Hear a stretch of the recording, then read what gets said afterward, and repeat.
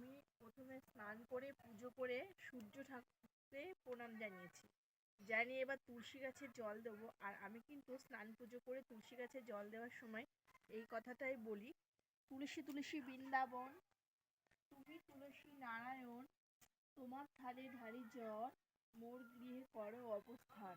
এই কথাটা আমি সবসময় বলি। আর আজকে আমার গাছে গোলাপ, এই যে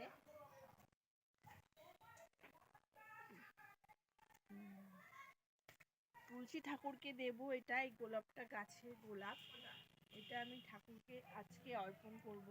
তুলসী ঠাকুরকে দেব, সবসময় লক্ষ্মী ঠাকুরকে দেওয়া হয় কিন্তু তুলসী ঠাকুরকে একটু দেওয়া হয় না, তাই আর কি এই জন্য তুলসী ঠাকুরকে আমি এই গোলাপটা দিলাম আজকে।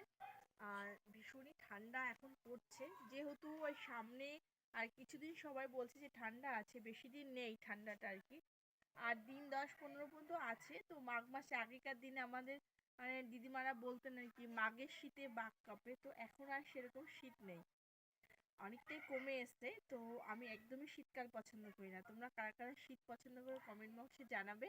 আর আমি একদমই শীতকাল পছন্দ করি না কিন্তু। আর স্নান করে কিন্তু আমি রেগুলারই এরকমই, তো এক জায়গায় যাওয়ার আছে তো বিশেষ করে এই জন্য আর কি তাড়াতাড়ি করে স্নান করে পুজো করে নিলাম, এখন বেশি বাজে না। তো আর তোমরা সবাই কে কেমন আছো আমাকে কমেন্টে জানিও। Tata, bye bye.